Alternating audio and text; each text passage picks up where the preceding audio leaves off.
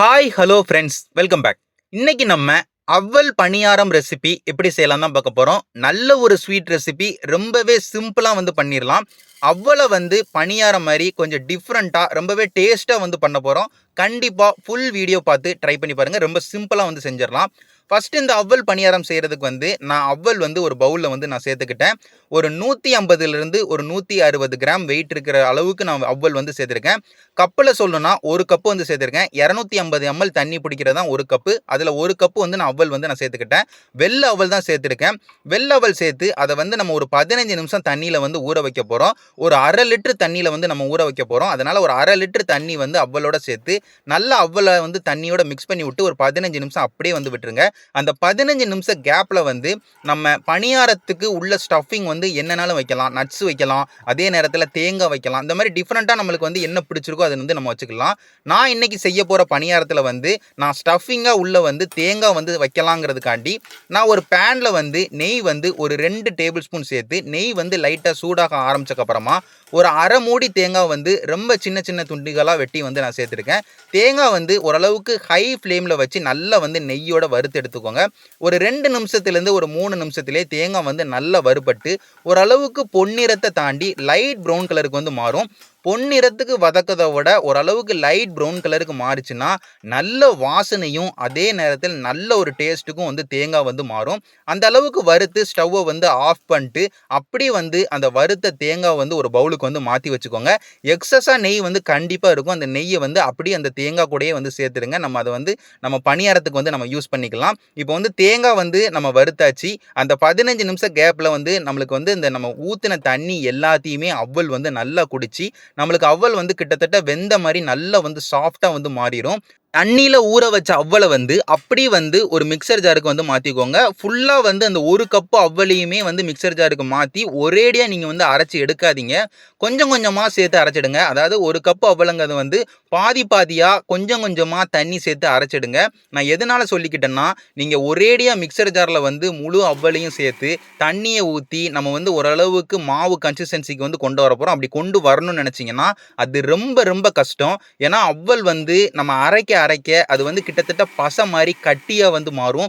அதனால் ரொம்ப நம்மளுக்கு மிக்சர் ஜாரில் ப்ரெஷர் தேவைப்படும். அதனால் அரைக்கிறதுக்கு அது கஷ்டப்படும். மிக்சர் ஜார் அடி வாங்குறதுக்கு நிறைய வாய்ப்பு இருக்குது. அதனால் முதல்ல கொஞ்சமாக மிக்சர் ஜாரில் அவ்வளோ சேர்த்துக்கோங்க. அதுக்கு தேவையான அளவுக்கு தண்ணி கொஞ்சம் கொஞ்சமாக சேர்த்து ஒரு 2 டைம் 3 டைம் அரைச்சி ஓரளவுக்கு அவ்வல் ஒரு தண்ணி கன்சிஸ்டன்சிக்கு வர மாதிரி அரைச்சி எடுத்துக்கோங்க. நான் இப்போ வீடியோவில் காட்டுற மாதிரி இந்த அளவுக்கு நம்மளுக்கு லைட்டாக ஃப்ளோட்டிங் கன்சிஸ்டன்சியில் இருக்கணும்.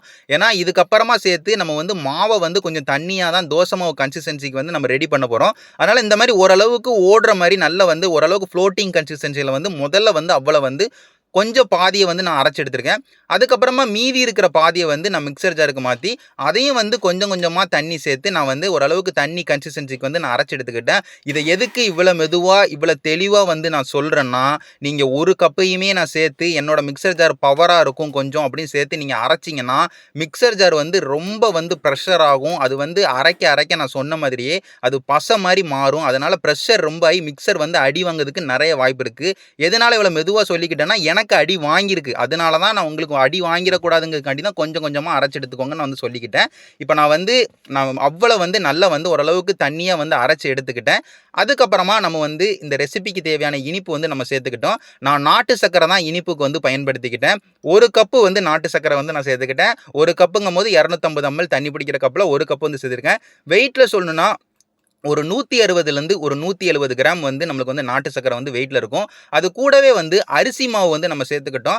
நம்ம பணியாரங்கும் போது அரிசி மாவு ரொம்பவே முக்கியம். அதுதான் நல்ல மொறுமொறுப்பு தன்மை கொண்டு வரும். அதனால் ஒரு கப்பு நம்ம அரிசி மாவு சேர்த்துக்கிட்டோம். ஒரு கப்புங்கும் போது அதுவும் ஒரு 170 கிராம் வெயிட்டில் இருக்கும். அதுக்கப்புறமா ஏலக்காய் பொடி ஒரு அரை டீஸ்பூன் நான் சேர்த்துருக்கேன். அதுக்கப்புறமா வறுத்த தேங்காயும் நான் சேர்த்துருக்கேன். அது கூடவே கடைசியாக சோடா உப்பு ஒரு அரை டீஸ்பூனுக்கும் கொஞ்சம் கம்மியாக சேர்த்து எல்லாத்தையுமே நல்லா மிக்ஸ் பண்ணி விட்டுக்கிட்டேன். நல்லா நாட்டு சக்கரை எல்லாமே நல்லா கரையிற மாதிரி நல்லா மிக்ஸ் பண்ணி விட்டுட்டு நான் இனிப்பு போதுமா அப்படின்னு நான் பார்த்தேன்.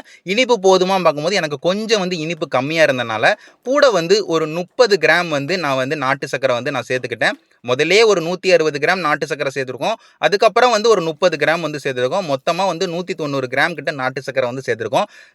திரும்ப சேர்த்த நாட்டு சர்க்கரை வந்து ரொம்பவே கரெக்டாக இருந்தது. இனிப்பு வந்து ரொம்ப கரெக்டாக இருந்தது. அதுக்கப்புறமா வந்து நான் தண்ணி வந்து நான் சேர்த்துக்கிட்டேன். தண்ணி வந்து ஒரு கப்பில் இருந்து ஒரு 1.5 கப்பு வந்து நம்மளுக்கு வந்து தண்ணி வந்து தேவைப்படும். ஏன்னா நம்மளுக்கு வந்து கன்சிஸ்டன்சி பார்த்துக்கிட்டிங்கன்னா தோசை மாவோட கொஞ்சம் வந்து லைட்டாக வந்து திக்காக இருக்கிற மாதிரி கன்சிஸ்டன்சியில் இருந்ததுன்னா கரெக்டாக வந்து இருக்கும். இல்லைன்னா கிட்டத்தட்ட தோசை மாவு கன்சிஸ்டன்சியில் இருந்தாலும் கரெக்டாக இருக்கும். நம்ம வந்து கரண்டியிலேருந்து எடுத்து ஊற்றுனோன்னா இப்படி லைட்டாக வந்து ஃப்ளோட்டிங் ஆகிற மாதிரி இருக்கணும். கட்டி கட்டியாக விழாமல் கொஞ்சம் தண்ணியாக விழுகிற மாதிரி இருந்ததுன்னா நம்மளுக்கு பணியார மாவு வந்து கன்சிஸ்டன்சி வந்து கரெக்டாக வந்து இருக்கும். இப்போ வந்து நம்ம மாவு வந்து ரெடி பண்ணிட்டோம். இதை வந்து ஒரு 10 நிமிஷம் வைக்கணும், ஒரு 20 நிமிஷம் வைக்கணும் அப்படின்லாம் தேவையே கிடையாது. நம்ம உடனே வந்து நம்ம பணியார சட்டியில் போட்டு நம்ம பணியாரம் வந்து நம்ம செய்ய ஆரம்பிச்சிடலாம். பணியாரம் செய்கிறதுக்கு வந்து நான் பணியார சட்டி வந்து நான் எடுத்து வச்சுக்கிட்டேன். பணியார சட்டியில் வந்து நெய் வந்து ஊற்றிக்கிட்டேன். நெய்யில் வந்து பணியாரம் பண்ணிங்கன்னா ரொம்பவே டேஸ்ட்டாக இருக்கும். எண்ணெயில் வந்து சில பேர் பண்ணுவீங்க, நெய்யில் பண்ணாதான் நல்ல வாசனையாகவும் நல்ல டேஸ்ட்டாகவும் இருக்கும். அதனால் எல்லா குழியிலையுமே நல்லா வந்து நெய் வந்து ஊற்றிக்கோங்க. நெய் வந்து கொஞ்சம் நல்லா ஊற்றினாதான் நான் சொன்ன மாதிரியே நல்ல மொறுமொறுப்பு தன்மையில் கிடக்கும், நல்ல வாசனையாக இருக்கும், நல்ல டேஸ்ட்டாக இருக்கும். நீங்கள் மொறுமொறுப்பாக வந்து உங்களுக்கு வந்து வெளியே உள்ள லேயர்லாம் நல்லா கிறிஸ்பியாக வந்து பணியாரம் வேணும்னா நீங்கள் சேர்க்குற நெய்யில் தான் இருக்குது. நெய் நல்லா சேர்த்துக்கிட்டிங்கன்னா உங்களுக்கு நல்லா வந்து கிறிஸ்பியாக வந்து பணியாரம் கிடைக்கும். நம்ம வந்து லைட்டாக சூடாக ஆரம்பித்தக்கப்புறமா சட்டி கொஞ்சம் கொஞ்சமாக மாவு வந்து ஊற்றிக்கிட்டோம். ஃபுல்லாக வந்து குழியில் வந்து ஊற்றிடாதீங்க. பணியாரம் உங்களுக்கு செய்ய தெரியும்னா நான் சொல்ல தேவையே கிடையாது. ஃபஸ்ட்டு டைம் பணியாரம் மாதிரி பண்ணுறேன், இது வரைக்கும் பண்ணது இல்லைன்னா நீங்கள் ஃபுல்லாக வந்து குழியில் வந்து ஊற்றிடாதீங்க. ஓரளவுக்கு முக்கால்வாசி வந்து ஊற்றிக்கோங்க. ஆக்சுவலாக எப்போவுமே நம்ம பணியாரம் செய்யணும்னா அரை அளவுக்கு வந்து நம்ம குழியில் வந்து ஊற்றுவோம். ஏன்னா அது நல்லா உப்பி வருங்கிறதுக்காண்டி. நம்ம வந்து பணியாரம் பண்ணுறோன்னா நம்ம அரிசி மாவில் பண்ணுவோம். கிட்டத்தட்ட நம்ம ஆப்ப மாவுன்னு கூட வந்து நம்ம சொல்லலாம். ஆப்ப மாவில் வந்து உளுந்து இருக்கும், அதுக்கப்புறம் வெந்தயம் கலப்போம். அது நல்லா உப்பி கொண்டு வரும். நம்ம இந்த இதில் வந்து கிட்டத்தட்ட நம்ம வந்து வெறும் அரிசி மாவு மட்டும் சேர்த்துருக்கறனால அந்த அளவுக்கு வந்து நம்மளுக்கு உப்பாது. அதனால் நம்ம வந்து பணியாரத்தை வந்து ஒரு குழி ஊற்றிட்டு மூடி போட்டு ஒரு 10 நிமிஷம் வந்து கிட்டத்தட்ட மீடியம் ஃப்ளேமில் வச்சு நீங்கள் வேக வச்சிங்கன்னா ஒரு முக்கால்வாசி நம்மளுக்கு வந்து பணியாரம் வந்து வெந்துடும். அதுக்கப்புறமா ஸ்டவ்வை வந்து லோ ஃப்ளேமில் வச்சுட்டு பணியாரத்தை வந்து அப்படியே வந்து திருப்பி போட்டுக்கோங்க. திருப்பி போட்டு திரும்ப மூடி போட்டு ஒரு 5 நிமிஷத்துலேருந்து ஒரு 6 நிமிஷத்துக்கு திருப்பி போட்டு வேக வச்சிங்கன்னா நம்மளுக்கு உள்ளேயும் நல்ல பணியாரம் வெந்துடும். அதே நேரத்தில் வெளியே வந்து நல்ல கிறிஸ்பியாக வந்து கிடச்சிரும். நீங்கள் வந்து முக்கியமாக பார்த்துக்கிட்டிங்கன்னா ஓரளவுக்கு லோ மீடியம் ஃப்ளேமில் வச்சு தான் நீங்கள் வந்து வேகணும். ஹை ஃப்ளேமில் வச்சு நீங்கள் வேக வச்சிங்கன்னா வெளியே வந்து கலர் டக்குன்னு ஆகி கருகிரும். ஆனால் உள்ளே வந்து நம்மளுக்கு பணியாரம் வந்து வெந்திருக்காது. ஆக்சுவலாக பணியாரம்னாலே நடுவில் வந்து அந்தளவுக்கு வேகாது. நம்ம வெளியே எடுத்து அது காற்றுலையே அந்த ஹீட்டிலேயே ஒரு 2 நிமிஷத்துலேருந்து ஒரு 3 நிமிஷத்தில் உள்ளே வந்து வேகும். அதுதான் ப்ரொசீஜர்.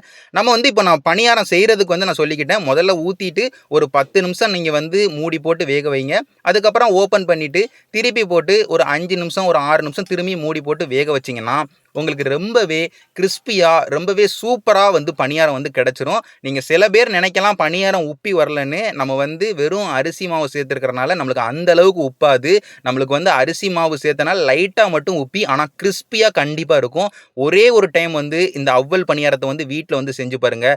நாட்டு சக்கரெல்லாம் சேர்த்து செஞ்சுருக்கறனால அவ்வளோ டேஸ்ட்டாக இருக்கும், அவ்வளோ ஹெல்த்தியாகவும் இருக்கும், கொஞ்சம் டிஃப்ரெண்ட்டாகவும் இருக்கும். வீட்டில் உள்ள எல்லாருக்குமே செஞ்சு கொடுங்க. எல்லாருமே ரொம்ப விரும்பி சாப்பிடுவாங்க. நான் இதே மாதிரி இன்னொரு சூப்பரான ரெசிபியோட உங்கள் எல்லாருமே வந்து பார்க்குறேன். நன்றி.